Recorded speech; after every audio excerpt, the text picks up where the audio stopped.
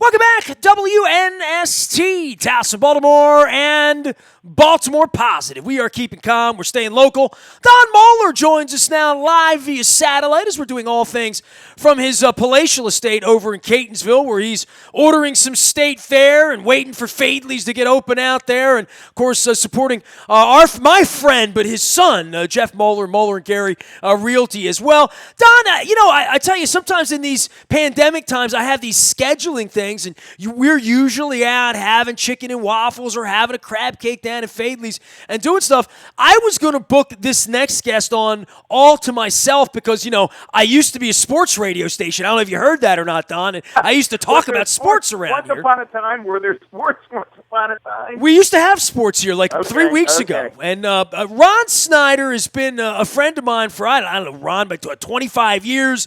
I've lectured his classes. We were journalists together at one point. We're still journalism lovers. Don Moeller, who once told me I was going to be the Chris Thomas of Baltimore journalism back in 1982. And lo and behold, a book on the CFL Baltimore, don't call them Colts, Stallions. Ron, welcome into Baltimore Positive and WNST and the pandemic on the back end of Moeller apparently coming out and trying to teach those children of yours about ethics and stuff in journalism, right? Two classes at Towson University, the best and the brightest, I'll tell you. He did a great job coming out and really helped give the kids some great perspective on all things local journalism-wise. Well, Don, I don't want to puff you up too much, but he asked me to come out a few years ago, and I thought it was fascinating that I could lecture a class about journalism and ethics. And this is before all that fake news got started with the orange guy. This was like back when the world was normal and we still thought we had ethics in journalism. But Ron, you've inked a book here, and you've done a couple books. And I told Don I had you on for wrestling last year in the wrestling book and local wrestling legends, and you and I had a spirited conversation. One of the weird parts of the Stallions is I was on the radio during all that, and I was young and rambunctious, and I wanted an NFL team, and I did go to some of the CFL games. I was in Vancouver for the Grey Cup with my dear friend Harvey Myers, formerly of the Emerald Tavern, now doing well in semi-retirement. They put Harvey out to stud. And we were out in Vancouver for the Grey Cup, so I have some memories of it, but I was not a guy that was like out there covering the team, around the team all the time. I sort of thought it was a little weird, when it was going on. I didn't fully embrace it like the Colts, and, I'm not ashamed of that one way or another. I had guests on, I did my thing, but seeing sort of someone take that and clarify it, even for me, because I lived through it, but I couldn't write a book on it. So, I really tip my cap for you to go back and do this project, man. Well, I think we have a little different perspectives on that time of Baltimore sports history. You grew up with the Baltimore Colts. I was 6 years old, or not even 6 years old when the Colts left. 36 years ago this week. Well, that changes things for you, Moeller, right? He didn't lose his dog in the 58 parade you did, right? I want Ron to continue that story in the perspective because I remember, I was one of the guys that cried when the Mayflower's flowers pulled away. So go ahead, Ron. Well, we all have a different perspective on it, though. It is fascinating, right? Right, and I was 18. I was a freshman in college when the Ravens arrived. So literally, I went my whole childhood without an NFL team. I actually grew up a Dolphins fan because that was the games that we got every week. And your dad likes Shula, probably, right? A little bit, yeah. He typically liked whatever one was better on the point spread, but no. No, I'm just kidding, Dad. So then I went through the expansion process where we thought, well, we're going to get an expansion team, and one went to Charlotte and kind of understood that one. It was a new market, and then we thought, we're going to get we're going to get that second team, and then it went to Jacksonville, and I was just like. I just remember literally crying in the middle, 14, 15 years old, crying, like, what do we got to do? And then, of course, Paul Tagliabue would tell us to go build a museum. And I'm like, you know what? I'm done with the NFL at this point. Yeah, I was sitting at the front bar at Bohager's with a bottle of champagne on ice, ready to celebrate if we had gotten the team. You know what I mean? Like I was ready for that. And I remember all the letdown of all that. I remember the Dolphins-Saints game, right? I mean, you were a Dolphins fan. That must have been a big night for you. I say that was the drunkest I ever saw any crowd anywhere I ever was, and I've been to 30 Preaknesses. But that was a wild memory for anybody that can put yourself into that time where Boogie Wineglass and the Bombers and the Glazers wanted a team. Baltimore was an epicenter for football, but it was left at the altar, literally. Yeah, absolutely, multiple times. And then, of course, that doesn't even count the times that the Bucs teased about coming and the Cardinals teased about coming, and I think even the Rams and the Raiders at various points kind of teased a little bit.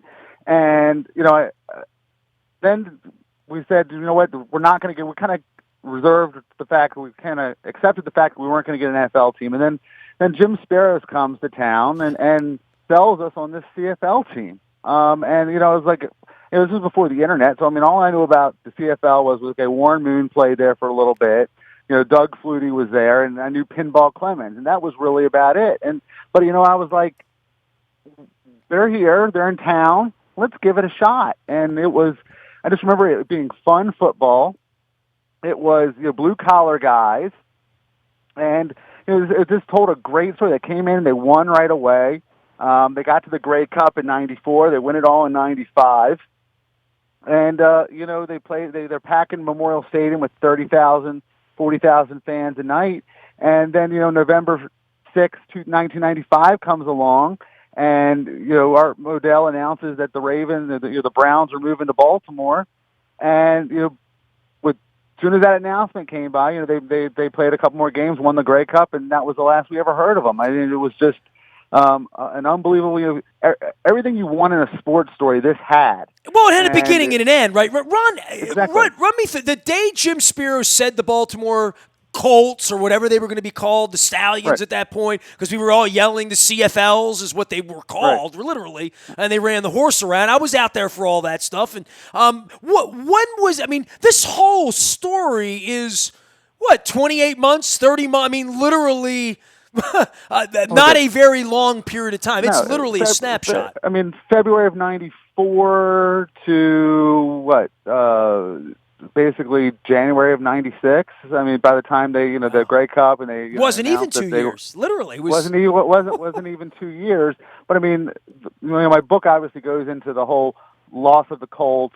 We had the USFL team there that 1 year, even though they trained in Philadelphia. They played in College Park and called themselves the Baltimore Stars. But we didn't have football, and this was football. It wasn't an NFL, but it was neat. It was fun. It was and the fact that these guys won, and like you said, they called themselves the CFL Colts, and then the NFL sued them, and then they had to go that whole year just as a team with no name. I mean, they were on ESPN, they were on Washington Post, New York Times. It was a national story, and this was the NFL sticking it to Baltimore again. If you remember, everyone was like, they take our team, we get a CFL team, and they won't even give us the dignity of allowing us to have a team with the Colts. They've stolen the Colts twice from us in many ways. So, I mean, this really had a little bit of everything, and it was a story I always wanted to tell.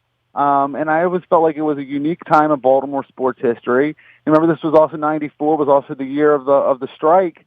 So, for a time there, the CFL team was the only game in town. And if you wanted to watch sports in Baltimore, like right now, we would love to have a CFL team, an arena team, a sandlot team. We'd love to have any team to root for right now playing organized sports. Yeah, I'm not a big fan of the video games, Ron. Ron Snyder joining us here, local author, journalist, journalism teacher. He's done all sorts of things. Don Moeller also with us on Baltimore Positive. Don, this is where I want to bring you into this thing because you are the sort of the elder statesman in this whole thing. I met you in 1982. I seem to be the elder statesman wherever we go. Or put it to you this way, the elder. No. When Venetoulis bring Venetoulis or Barbara Mikulski around, and we defer. You know what I mean? There are a few people older than you. We'll find Hutchinson at some point, some other people. Dutch is older than I am. Okay, but so for you tell the story of 58 and losing your dog. Right. You have these memories of Johnny U. Moved into adulthood and drank beer at Memorial Stadium and Burt Jones, and you get a teaching gig, and I meet you in 82. I literally remember being in your office the day the Colts left. The Colts left in March of '84. It was my junior year of high school. It was right around this time of the year, as we talked about last weekend. And Ron, I've seen you sharing all these CFL videos and other things that are out there. Don, you had been through, and I had been through, because I worked at the paper in '84. Right around that period of time, I was at the News Post, the News American, when the team left. I had been working there about 8 weeks at that time, and this was strangely 2 months, 3 months after the Orioles won the World Series. That was a period of time there when the Stars happened, and then the Cardinals were going to happen, but nothing happened.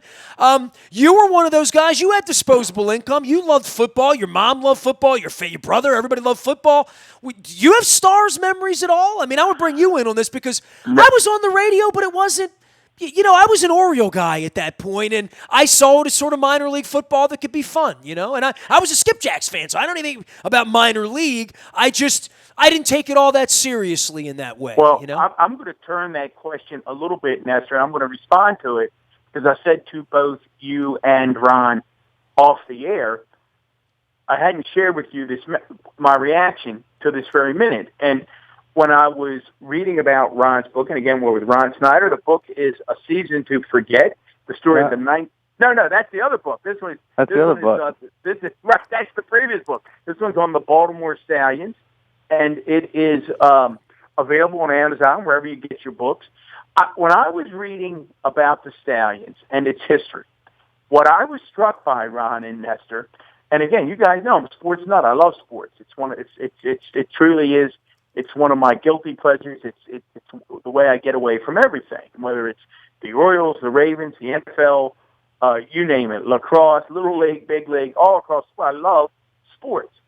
And when I was reading about this team and this 2-year period, I thought to myself, it's like a black hole. I don't remember anything about it, which tells me I wasn't engaged, and I can't for the life of me. Well, I would think this is a time where Jeff was in high school, right? You were in Catonsville at that time. I mean, you had other things that were on your mind in 1994, 95, right? But why wouldn't I? Yeah, at that time. Well, at that time in 94, 95, I was actually in the central Baltimore County Public Schools, the central office. I was the assistant superintendent for communications. I had just left Catonsville High School. But Ron, the question for you becomes, what kind of response did the team get, both in terms of media coverage and in fan support? Because my thought to myself, I really did think about getting ready for this interview. I'm thinking, I love sports.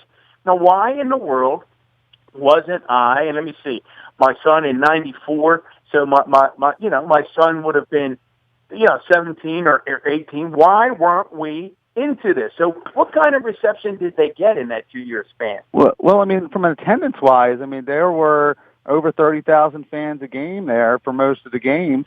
I think in 94 especially, there was more media coverage than they probably would have gotten otherwise, in part because of the national story involving the CFL Colts lawsuit and playing. Well, it was a little bit of a circus, Ron. I mean, you were younger. I mean, when the people in the stands would yell Colts, it wasn't Cunningham. Cunningham was doing the radio. I don't remember who the announcer was, but the announcer would say, "You're Baltimore CFL." And the crowd would yell Colts, just to want to yell Colts, because that's how good it felt to yell Colts in 1994, Don. And I'm sure you can, you get a little bit of feeling of that. But I remember the players and O.J. Brigance, sort of famously, Sharper Danish and Pringle. But the game was weird, right? I mean, Ron, the wider field, the rouges, there was something to learn involved in the CFL. There was a learning curve, but it was wide open football, and I don't think if the team wasn't any good, I don't think people would have that fond of memory of it, because a lot of those U.S. teams in the CFL were not very good. But this team was built with CFL players in mind, and for someone my age who had never had a football team, didn't grow up, who knew Johnny Unitas was obviously, who knew who Burt Jones was, but whose only memory was of the NFL in town was the Mayflower trucks. It was nice to have a team to call your own. It kind of taught it's a weird to think, but it taught you how to be a football fan. Towson. Towson football was just getting kind of back. Maryland football was obsolete at that point. Navy was in a down period. So there was baseball just going on strike. Yeah, I mean, baseball going on strike. So this was the game in town. I mean, and it was just fun. I mean, it was on Channel 2. It was on the radio. The ESPN2 had games, and it allowed you to kind of learn how to be a football fan. And again, they won. So if they hadn't won, I don't think they would have been in. The combination of them winning and the whole battle with the CFL Colts. The tradition that was here, I think the two groups of fans that were involved with supporting them was a lot of the former Colts fans that were fed up with the NFL after expansion and losing the Colts, and there were young fans like myself who just wanted a team to call their own. And then, of course, like you said, I mean, the NFL came in '95. Announced they were coming in '95, and I always make the analogy like. It was like, Baltimore had been cheated on by a girlfriend, and they found a girl that was nice to them and did everything that they wanted. They wanted in a girl, and then when the girl came apologizing and promised they would treat them differently, they said, "You know what? We're going to give you another chance." And then, of course, look, I'm a Ravens fan. The Ravens have been awesome. They've been everything you could hope for. 2 Super Bowl championships, playoff contenders every year, always in the community. This is, the support of the Stallions and wanting to do this book has nothing to do with with not being a Ravens fan, not being glad that the NFL is here, but it was just a chance to kind of remember that unique time in Baltimore sports history, which I don't think would have worked in any other time in Baltimore sports history. I don't think, it had to be a perfect confluence of events, losing the Colts, losing out on an expansion, having them being named the CFL Colts, and a baseball strike. So, I mean, would it have worked in any other time?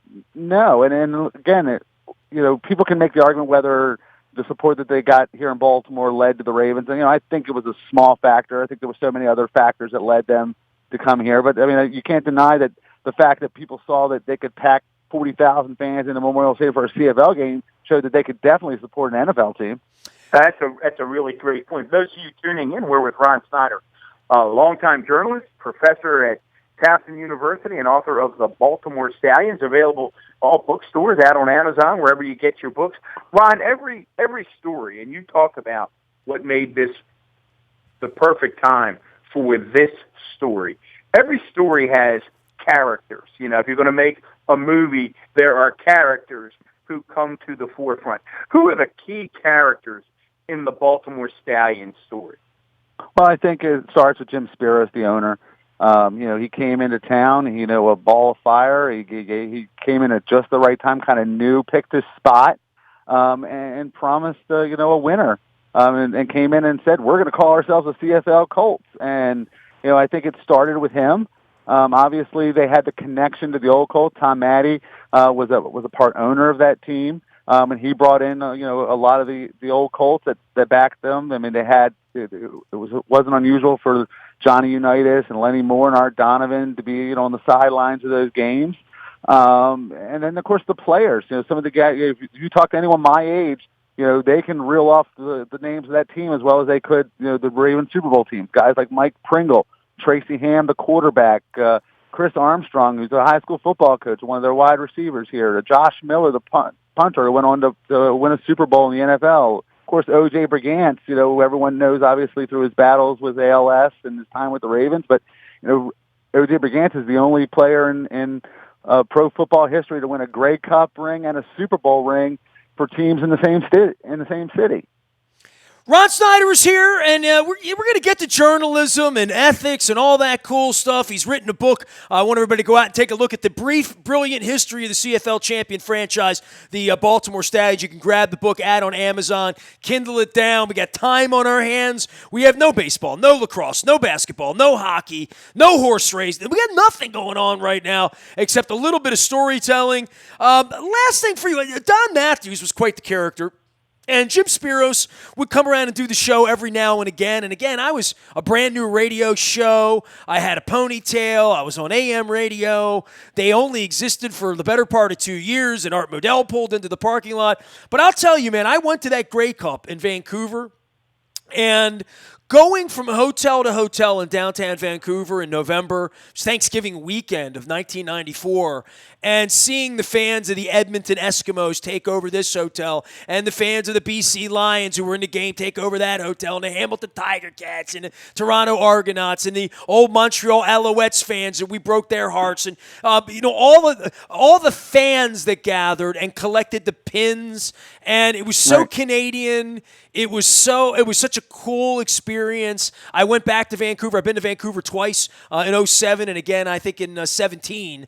So I've been to Vancouver 2 other times. It was such a small town then, and that dome was the biggest thing going on. And they loved the CFL there. And I remember Tom Cochran of Red Rider played halftime, played Life is a Highway. And the stadium was full. And it was next time I went there, I saw you too 20 years later. But the CFL was one of those things that always had a little bit of traction, and beyond the story of the Stallions at that time was what Vince McMahon has tried to do twice, what the USFL tried to do, which was, the NFL, you want to give the middle finger to Birmingham and Sacramento and Baltimore and San Antonio and Orlando. We'll put a league down there that combines America and Canada.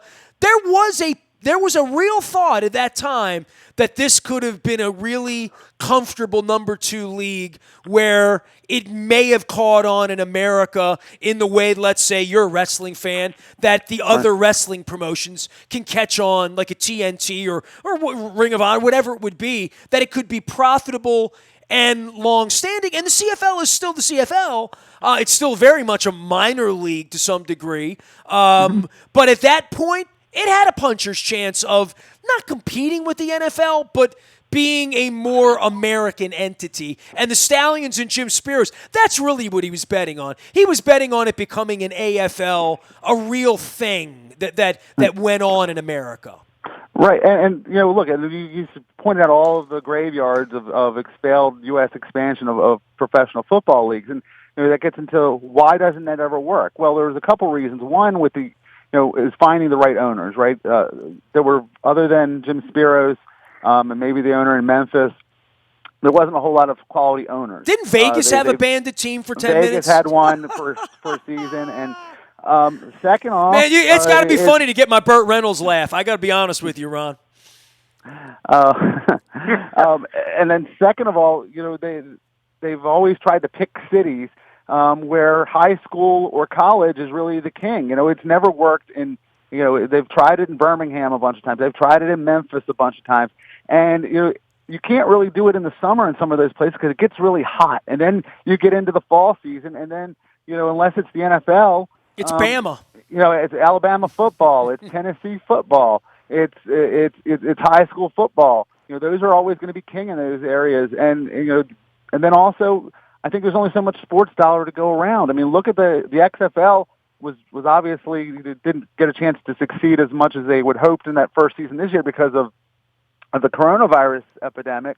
But they were happy with 15,000, 20,000 fans, and the Stallions had 30,000 fans. So, I mean, it's tough to get it to work, but it's worked in Canada because Canadians accept ownership of the league. For CFL fans, Canada is theirs. I mean, and one of the things that I learned when writing this book that I didn't realize as a youngster watching it was just how upset a lot of Canadian fans were with the fact that of an American team winning possibly and then eventually winning the Grey Cup. And I always said, well, what about when Toronto won the World Series? So that was my argument. Well, we should build a wall. It couldn't happen now because we built a wall. What can that would keep the virus out too, Don. Hey, Ron, there are probably folks listening, again, more with Ron Snyder. Pick up his book on the Baltimore Stallions out there at Amazon, wherever you get your books. It's a great read. Ron, for folks who are listening, and you said the owner, Jim Spiros, was one of the key characters. He would be the leading man in the movie. Tell folks a little bit about who Jim Spiros was, how he got to where he was, where he came from. Give him some background on Spiros. Well, Jim was a college football player. He played at Clemson. He had a little bit of time. He tried to make it in the NFL and CFL. Became a trainer. Won a Super Bowl ring with the Redskins, I believe, was part of their training staff. Got into business. Got into real estate. Was a successful business owner. And came around and saw this U.S. expansion of the CFL. And him, along with investors, got involved in this endeavor. Plop, put his money where his mouth was. He put a lot of money into it, along with other investors.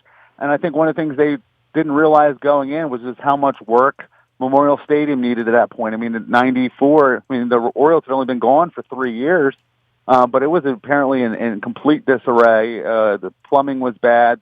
They begged, bartered, and did everything they could to get that stadium up and going. I mean, they traded advertising, sponsorships for paint, to get the plumbing fixed, to get the seats fixed, because it was a mess.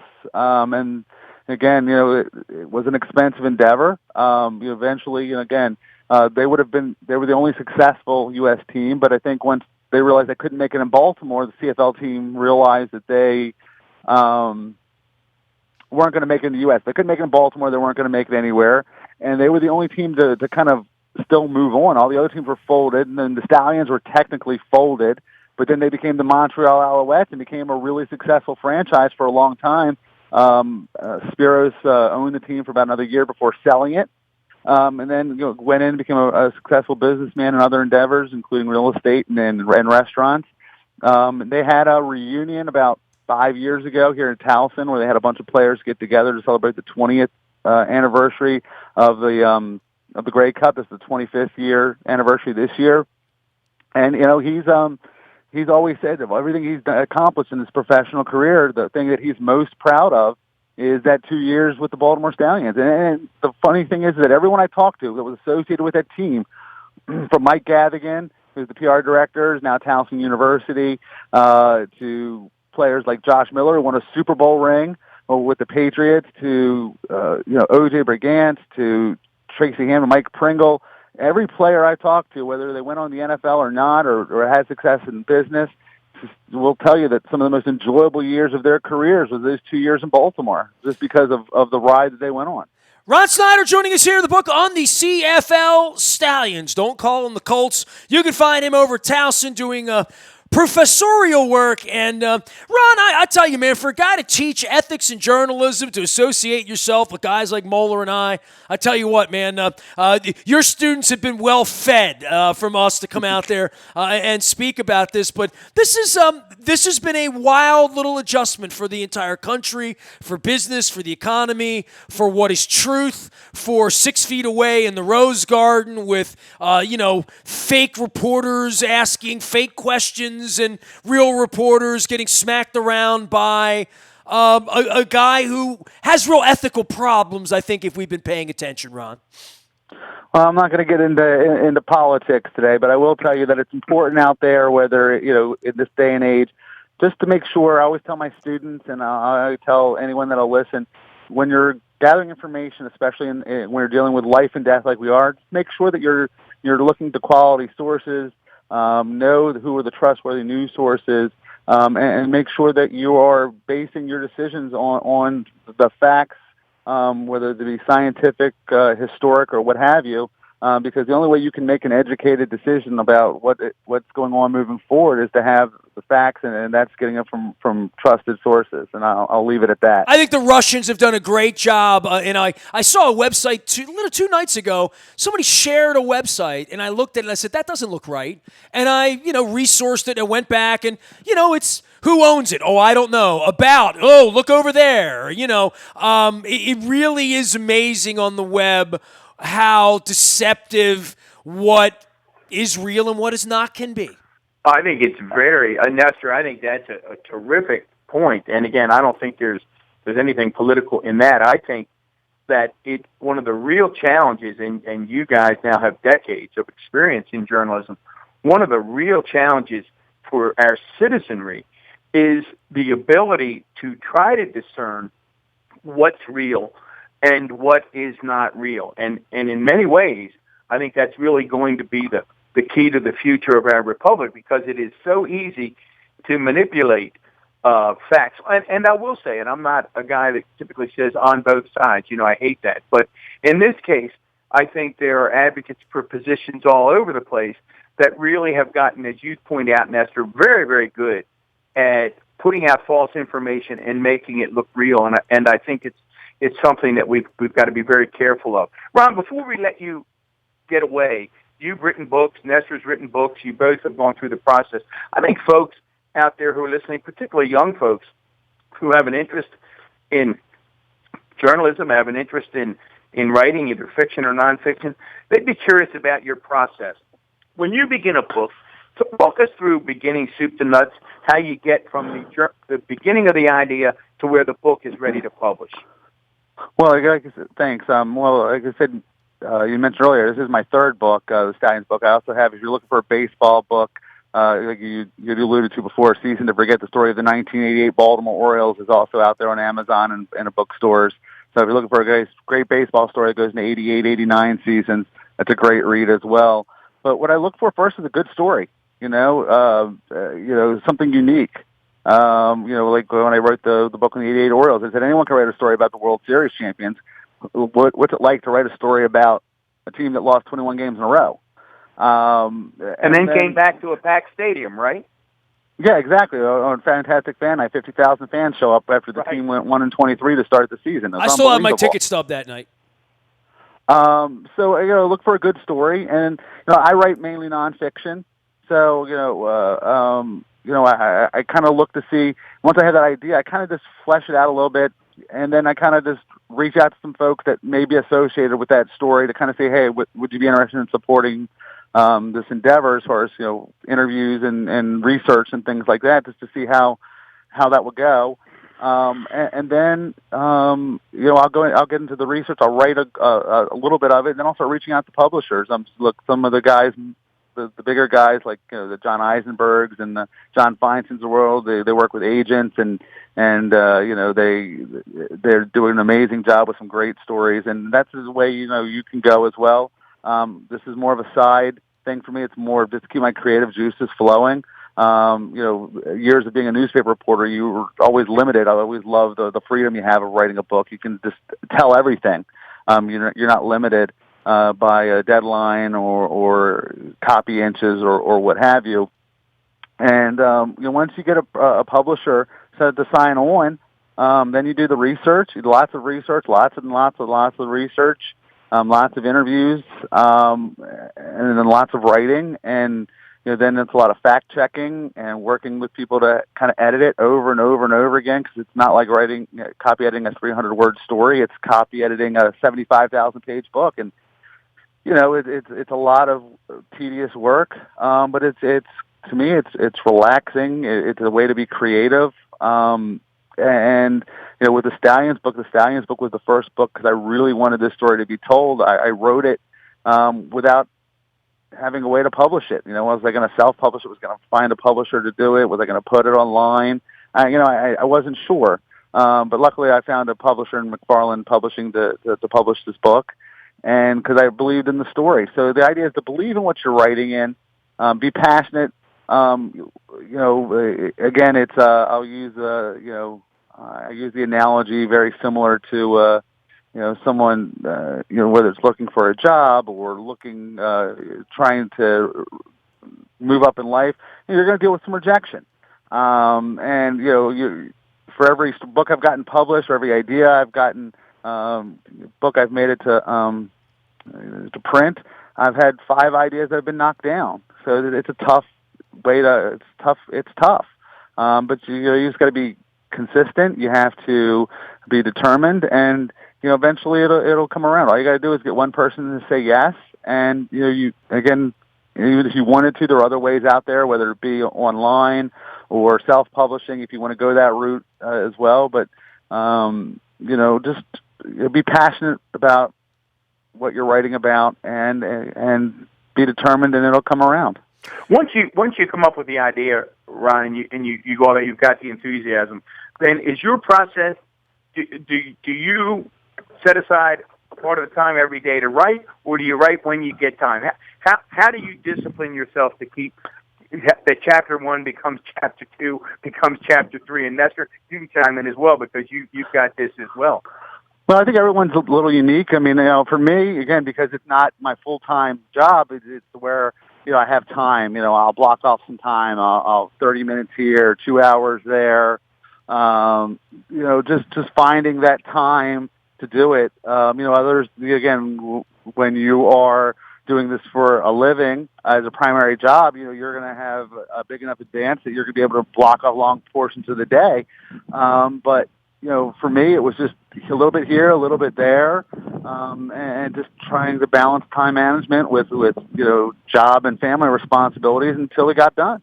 I'm a method actor, Moeller. I got to sit and work it out. I mean, I got to sit down and do it. I can't do anything else. If I start putting a book down, it takes me an hour to get back to where I was when I sit back down the next time. I tried that. I can't write books that way. I can write short stories that way. I can't write a book that way. So you just go after it. I find that I have to go full Jack Torrance. Yes, I have to sit in a room and be an introvert for a long period of time and interact with nothing but the book. Anything else becomes a distraction. Just like Jack, it's a distraction, just like Jack Nicholson. So I couldn't do it. And Ron, I tip my cap to you for continuing to find these incredible sports stories to tell, whether it's a local wrestling book or whether it's the '88 Orioles. This time it's Stabs. Dare I ask what is next? Well, right now I'm just trying to get through the coronavirus pandemic. Like all the rest of us. With the book that just came out, I mean, I've got some ideas in mind, but. I'm looking for some good ideas, and it will come around. I mean, I've put out 3 books in 4 years, so, I'm going to look for the idea, but I'm going to take my time for the next one. Ron, take care of yourself. It's great to have you on. Appreciate you always having Don or I out to talk about ethics and journalism, 2 of my favorite subjects. Although it used to be a bigger circle, where they resided. I do worry about all of us and the closure of Sports Illustrated and the downsizing and the coronavirus. I hope we still have journalism. We need it, right? Well, I can tell you, look, I was at the Baltimore Examiner in 2009 when it closed, and a lot of it was from this last recession, and those jobs never returned to the newspaper industry. I know several reporters I remember back at the Sun who were let go at that time were actually out in the field when they found out they were losing their jobs, and I am concerned about, where this economic downturn will lead, especially the print journalism area. But, again, the thirst for information has never been greater out there. People want information. We're a country that evolves and continues to evolve, and hopefully we'll continue to find a way to put out good journalism. Appreciate you, Ron. Take care of yourself. Don Moeller, former Baltimore County executive, joining us here on Baltimore Positive. Make sure you're getting out to State Fair and supporting our dear friends. Get some carryout, get some curbside from Evan Brown. Get the chicken and waffles, the shrimp and grits. That'll carry real well. You bring that home, some salads, whatever you need. Safely out to Catonsville if you're on your endeavors for essential needs. I consider chicken and waffles essential for me. State Fair in Catonsville. Also, our friends in Faithley's, they're coming to Catonsville next year. They're getting through this coronavirus. Lexington Market has been closed down physically. You can still order the crab cakes online, have them shipped. They're delicious. They make a great gift. People will love you for it. And don't forget our friends at Moeller and Gary Realty. And of course, Don Moeller will be here all week long. We're doing more Baltimore Positive segments than we usually do. We're trying to put together some of the pieces of all the things we were doing for the election. If you missed Mary Miller last week, if you missed Sheila Dixon, if you missed T.J. Smith, if you missed Daru Vignaraja, all that up in our repository at Baltimore Positive. Don and I are yelling about all things coronavirus and the pandemic and the shutdown as well at Baltimore Positive. Many more guests ahead. I am Nestor. We are WNST.net, AM 1570. Keeping calm, staying local, and always staying Baltimore Positive.